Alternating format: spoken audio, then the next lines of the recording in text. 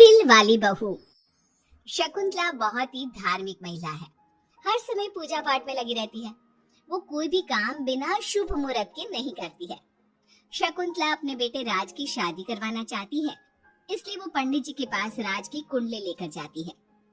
प्रणाम पंडित जी, मेरा बेटा राज बहुत संस्कारी है। पूजा पाठ और धर्म कर्म के कार्यों को बहुत निष्ठा से पूर्ण करता है। मैं अपने बेटे की शादी कराना चाहती हूँ, इसलिए उसकी कुंडली ले आई हूँ। शकुंतला पंडित जी को कुंडली देते हुए कहती है और पंडित जी कुंडली को ध्यान से देखकर कहते हैं, बेटे, तेरे बेटे का उज्जवल भविष्य है। इसका गृहस्थ जीवन भी अच्छा रहेगा, परंतु क्या पंडित जी?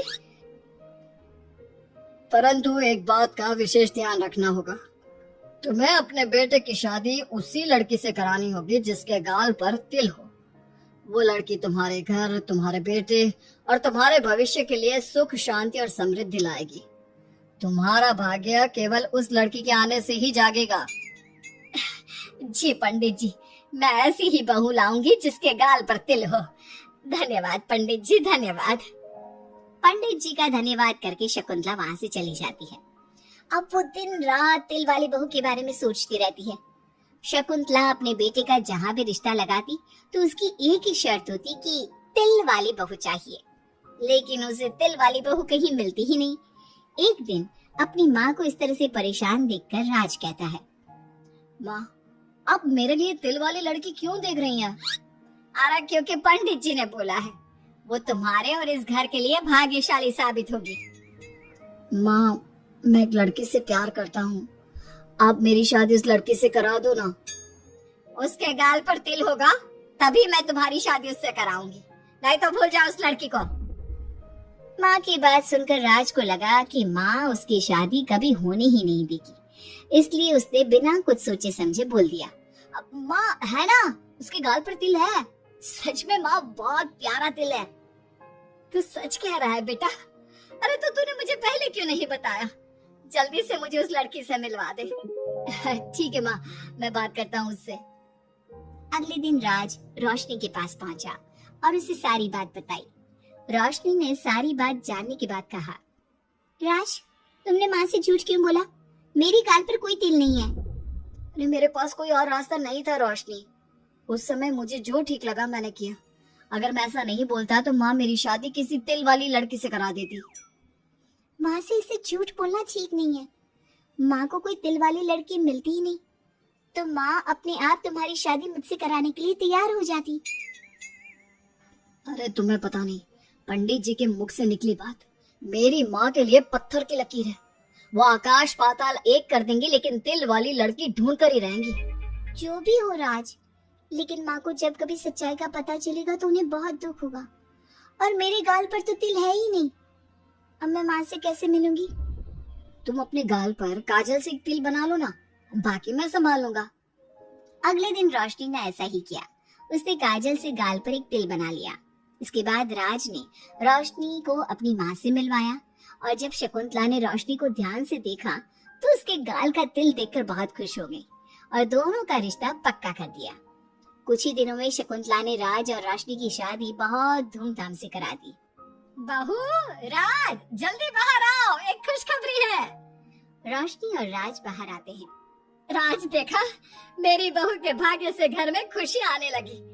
जिस जमीन का केस हम पिछले 10 साल से लड़ रहे थे ना, वो केस अब खत्म हो गया है। अभी अभी वकील साहब का फोन आया है, वो केस हम जीत गए हैं। माँ, ये तो बहुत अच्छी खबर है। ये सब आपकी मेहनत का फल है। आपने इस कोर्ट केस के चक्कर में बहुत मेहनत की है। अरे नहीं बेटा, ये तो मेरी तिल वाली बहू के भाग्य से हो रहा है। पंडित जी ने बिल्कुल सही कहा था। शकुंतला रोशनी को बहुत प्यार करती है, लेकिन रोशनी के मन में दुख होता है। वो सोचती है, माँ मेरे झूठ को सच समझ रही है। अगर माँ को ये पता चल गया कि ये तिल नहीं काजल है तो उन्हें कितना दुख होगा। मैं आज ही राज से बात करूंगी कि वो माँ को सारी सच्चाई बता दे। शाम को राज घर आता है तो रोशनी राज से कहती है, राज, हमें माँ को सारी सच्चाई बता देनी चाहिए। घर में कुछ भी अच्छा होता है तो माँ को लगता है कि सब मेरे गाल के तिल की वजह से हो रहा है। तुम्हारे गाल के तिल की वजह से कुछ नहीं हो रहा। लेकिन हाँ, तुम्हारी वजह से हो रहा है। तुम इस घर में लक्ष्मी का रूप लेकर आई हो। सब बात ठीक है राज, लेकिन मैं माँ से और झूठ नहीं बोल सकती। मैं कल ही उन्हें सब कुछ सच सच बता दूंगी। नहीं रोशनी, अभी हम कुछ नहीं बता सकते। अभी हमारी शादी को ज्यादा दिन भी नहीं हुए। तुम माँ के दिल में अपने लिए थोड़ी और जगह बना लो, उसके बाद में पक्का मैं ही माँ को सब कुछ बता दूंगा। इस तरह से दिन गुजरने लगते हैं और शकुंतला के घर में खुशियों का आना लगा रहता है। शकुंतला अपनी बहू से बहुत प्यार करने लगी थी। एक दिन शकुंतला रोशनी के कमरे में गई। बहू, ओ बहू, कहाँ है तू? माँ, मैं बाथरूम में हूँ, नहा रही हूँ। अरे देख तो मैं तेरे लिए क्या लाई हूँ, जल्दी बाहर आ। अब मैं क्या करूँ? मेरे पास तो काजल भी नहीं है। अब चेहरे पर क्या लगाऊं? राज, तुमने अच्छा फंसाया मुझे। माँ, आप अपने कमरे में जाइए, मुझे नहाने में थोड़ा टाइम लगेगा। मैं खुद आपके कमरे में आ जाऊंगी। नहीं बहू, तू जल्दी से निकल कर आ, मैं यहीं बैठी हूँ तेरे कमरे में। जब रोशनी को इस बात का एहसास हो गया कि उसकी सास कमरे से नहीं जाएगी, तो उसने अपने गीले बाल एक तरफ कर लिए और बालों से अपना आधा चेहरा छुपाकर बाहर आई। बहू, नहा ली तू? देखो, मैं तुम्हारे लिए नई साड़ी और गहने लाई हूँ। आज शाम को बहुत मेहमान आ रहे हैं, मैं तुम्हें सबसे मिलवाऊंगी। मेहमान किस लिए आ रहे हैं माँ? अरे तुम्हें राज ने बताया नहीं बहू? हमारी कंपनी इस साल नंबर 1 की पोजीशन पर पहुंच गई है और ये सब तेरी वजह से हुआ है।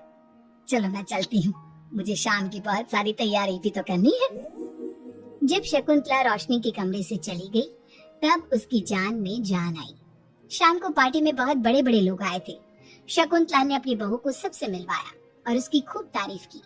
पार्टी में सब लोग शकुंतला के सक्सेस का राज पूछ रहे थे, तो शकुंतला अपनी बहू और उसके दिल की तारीफ कर रही थी। एक दिन शकुंतला अपने बहू बेटी के साथ घूमने गई। आज हम घूमने आए हैं तो देखो मौसम भी कितना प्यारा हो गया है, लगता है बारिश आने वाली है। शकुंतला के इतना कहते ही जोरों की बारिश शुरू हो गई। रोशनी और राज कुछ सोच पाते इससे पहले ही रोशनी के गाल पर काजल का तिल बह गया और शकुंतला ने ये सब देख लिया। अब शकुंतला के गुस्से की कोई हद ना रही। तुमने मुझसे झूठ बोला? तेरी इतनी हिम्मत! कल वही मैंने तुझे इतना प्यार किया, तुझे अपने बेटे से ज्यादा ममता दी और तूने मेरे साथ विश्वासघात किया। मैं तुझे कभी माफ नहीं करूंगी। माँ, इसमें रोशनी की कोई गलती नहीं है। मैंने ही कहा था इसे ऐसा करने के लिए।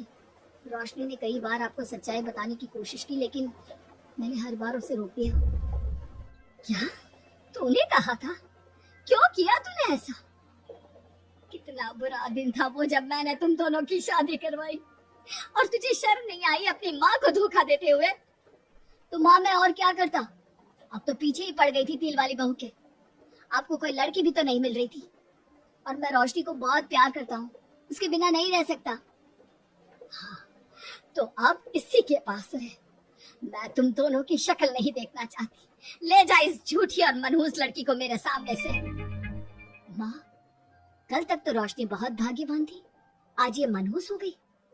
अपनी सोच बदलो माँ, चेहरे के ऊपर तिल होने से कुछ नहीं होता। आपने देखा नहीं, रोशनी के घर आते ही हमारे सारे काम पूरे हो गए। आज हमारी कंपनी नंबर 1 है। अब कब अंधविश्वास करना छोड़ोगी? बेटे के इतना समझाने पर माँ को समझ में आ जाता है कि वो गलती कर रही है। शकुंतला अपने बहू बेटी को लेकर घर आ जाती है। अगले दिन शकुंतला रोशनी के गाल पर काजल से एक तिल बना देती है। राज और रोशनी शकुंतला को बहुत हैरानी से देखते हैं। तब वो कहती है, ऐसे क्या देख रहे हो तुम दोनों? ये तिल नहीं, काला टीका है, ताकि मेरी बहू को किसी की नजर ना लगे। शकुंतला की बात सुनकर सब हंसने लगते हैं।